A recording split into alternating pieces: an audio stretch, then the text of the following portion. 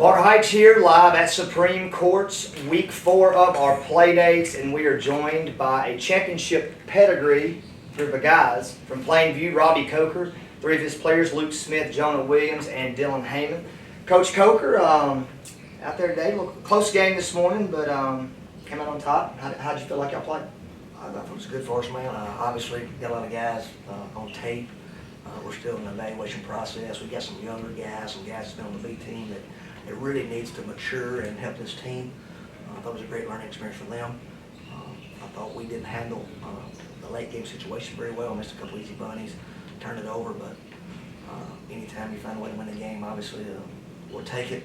I don't think we'll get any championships today or Supreme Court in the summer, but it's game-like situations, man, and we take it serious. We don't make no bones about it. These guys have been doing it their whole career here. They're keeping score, we try to win. And I thought we did a good job of seeing everybody on tape and then also coming out on top. So obviously we're happy for that. I'm sure these guys are dying to get a cheeseburger. Well, before we get to the kids, one quick thing, another question for you. Does it change? Is it the same? I mean, what do you tweak after you've won 3 out of 5 state championships and then it starts over again? You know, these guys are your leaders. These guys are your seniors. They've been a part of this for a long time.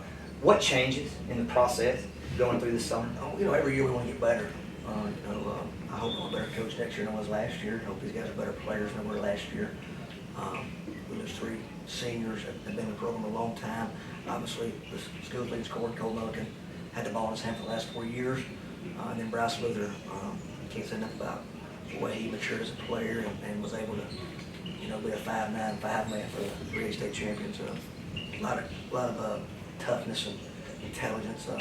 Walked out of that locker room, But we got 9 guys back, and all 9 of those guys should be better by November if we're doing what we're supposed to do. We're going to have to change some stuff. Obviously, we relied on Cole a lot in adverse situations. We've got to kind of figure out that. We're trying to use this game in the summer to figure that out as well. And then defensively, we've got to figure out a way to use our length to our advantage. Mm-hmm. This is the longest team we've had at Plainview. We look like a basketball team. We've got a lot of juniors and seniors. We're not young anymore, and we've got to take advantage of that length, and we should be a great rebounding team. So these guys they like to do a lot of different stuff. This guy right here, Luke Smith, beat me in golf the other day. I'm not very good, but he is. So Luke, first off, your game and how it's expanded over the last few years. You can drive it, you can dribble it, you can pass it, you can shoot it. What's the weakness? What's the weakness in your game that we all know? I mean, we all see the great things that you do. What are you working on this summer to try to elevate your game to get more looks, if you will, from the next level? Probably when driving downhill a little bit more outside to the 3 kickouts. Off and weekend needs to get better. How many positions do you feel like you can guard? Because I think that's one of the things that he does that you have the ability to do is guard more positions. Do you feel comfortable on the perimeter and the post guard? Yeah, I think I can guard both. And that's kind of next question over here for Dylan. It kind of ties into that. Y'all have to guard different people, right? There's a lot of times. I mean, I remember back when I played, there'd be times where it was a problem for me to guard multiple positions. Why? How much of that do y'all work on in practice? The switching that makes you feel so comfortable if you have to guard a guard or big. Every day, working on switching. Is there an accountability that comes with that, no matter the size, no matter that he instills in you guys? John, for you, what is your this summer as far as we know you can shoot the basketball and we know you can fish very well. We've seen some of those picks. But what are you working on? Where do you got to get better to make this program better? I just think playing more on the ball. When I was younger, I was more ball dominant, growing up. But once I started playing varsity, I was kind of off the ball more. But the roles with Cole going, we got some different roles, and I think helping with the ball is going to be a big part. So, Coach Coker, you see the level of this competition that's here today, and obviously you're stepping up and playing, and it's been evident in these runs. You're not afraid to go out and play anybody, and then when it gets back to your own level of 3A, it's typically hit. Why is it so important to step out and expose these kids to more length, more athleticism, quicker, stronger players? Well, first off, we schedule that necessity. We're trying to get 30 games, Mark. I'd love to tell you it's a great grand plan that we came up with, in the back room of the Civic Center. But the reality is we struggle to find 30 games. A lot of it's out of necessity. We don't believe there's a level of programs, we believe there's a level of players. Andy Kennedy told me that from day one. Usually the best enjoy playing the best. And we believe iron sharpens iron. I think if you look at our schedule that we play, it doesn't matter. We went to some crazy environments. I took these guys to play Hoover. I had Ramsey as freshmen, so we threw them the fire their second game. I think they opened up Huntsville High. Then they went to Ramsey played Hoover. So we love competition. I hear everybody talk about the 7-game tournament, and obviously they want to win the state championship. And that's very important. But if all you focus on is the 7-game tournament, those 30 regular season games, you throw away a lot of great memories, a lot of great times, a lot of great environments. Last year our second game we got beat at Austin. I think these guys will tell you it's probably the best environment we've been in, and maybe because it's coming off a COVID year. But it was so loud, like we couldn't call plays, we couldn't hear each other. At a high school game. At a high school game, it was Zoom, man, and we got in the locker room because we beat 10 or 11. They got us pretty good. These guys, I'm sure, were expecting me to, be discouraged when I said, "How lucky are we? Are you kidding me? Get to play in that game, the environments, the opponents, the players we play in the summer and in the season, we're just so lucky. A lot of people would look at our schedule as a curse, but it's a blessing, man. We know that if we don't play good, we're going to get beat. That's how it should be. You should play bad and win. And I think it helps us prepare. I think it makes us be on point more because we know each night out if we're not on our A game, then we can get embarrassed. And this group is kind of like me. They're adrenaline junkies and have really thrived in that situation. And because of that, we've had a lot of fun locker rooms. We've had a lot of great road trips, and we've had a lot of good times. Dylan, how hard are the practices? There's some and not too bad. It's like a 46. What about the intensity, John, at practice? Yeah, it's high intensity all the time. If you're not giving me your all, you ain't gonna be happy. So it's You feel like it's a bad thing. Why is that a bad thing? No, I just want to hear it. I've come to practice and I've seen it. I think so many times. Where I was going with that is game reps.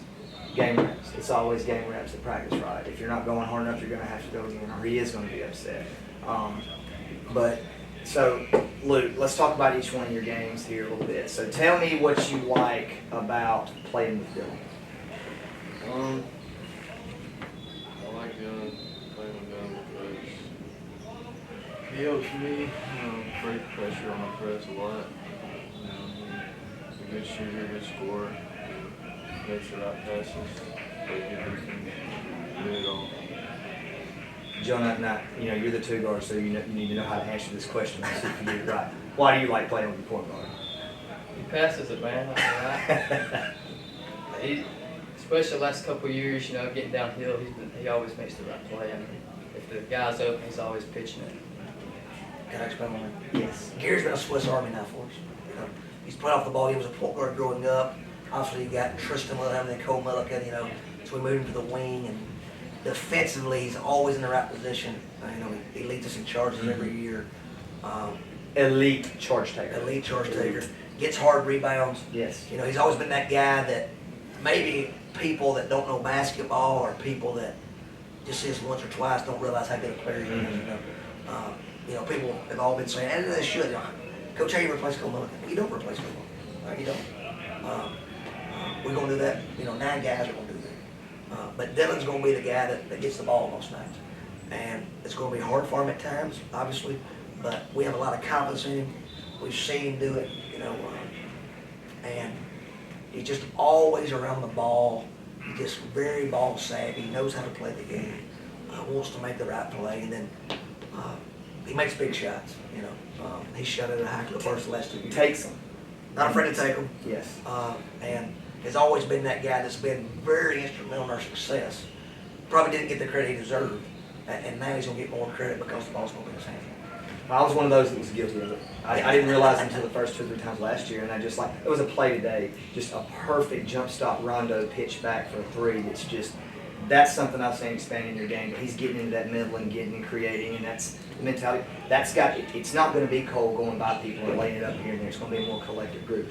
Robbie, talk a little bit about Andy Kennedy and what he has brought to your career, and just you mentioned the atmosphere of Austin and those arenas when you're in those huddles, on the road in the SEC, and you can't hear. That's like an every night thing when you go places. But the D1 pedigree coming down. Rick Stansbury called time out throwing lobs. Go Yes. State, go State. Yeah, I've heard it a couple He had to times. take that shot. Yeah. But talk a little bit about AK. AK's obviously a man's man. Everybody is seeing how good a coach he is. But what he built at Ole Miss and be able to be on that inaugural staff and see how he took that program. Nobody understands how bad a situation it was. But we're coming off 4 straight losing seasons. In the SEC, you buy 10 games. It's hard to have a losing season in the SEC. Coming off 4 straight. The first year he wins the SEC West. The second year he wins the SEC West. To be able to win this coach in school history, I think, Coach Calipari said it best. He's well, all we dead gone when somebody passes Andy Kennedy to win this coach in school history. What he's done at Ole Miss was amazing. To be able to get that facility built, to be able to ground level that and see how he operated and how he treated people and how he was able to push here and pull there. The way that, defensively we're a lot different. He's going to throw a bunch at you and try to confuse you and figure out through the course of the game what's working. Whereas we're going to be, this is how we play, this is how we are, we're going to do this every day. Offensively, can always find a way to get his best player shots. Didn't matter, and then this guy's always played hard. He's been very influential in my career, my life, always was good to me, and continues to be. It's crazy. He's in Birmingham. I only go down once a year when you got 3 kids, man. That ain't a lot of time. But it's great to see what he's done in Birmingham basketball and for our state. We talk about it. Bruce Pearl's took over to another level. Nate Oates has got Alabama back to the Webb Sanderson era level. Andy Kennedy hopefully is getting UAB back to the Jim Bartow era and get it rolling. And then you got Bucky at Sanford. What those 4 guys have done for our state and college basketball should be beneficial moving forward for our guys. Well, it's all about network, and all these networks are connecting. And guys, I just, it's humbling to me to even sit here with you guys watching y'all play. I say it all the time. If you want to go watch real basketball, go watch Plainview. This coach knows what he's doing, and these guys have a pedigree. They're going to be going for the 4th state championship out of 6 this year. Enjoy it, guys, and we look forward to following you throughout the season. Thanks for joining us. Thanks, brother.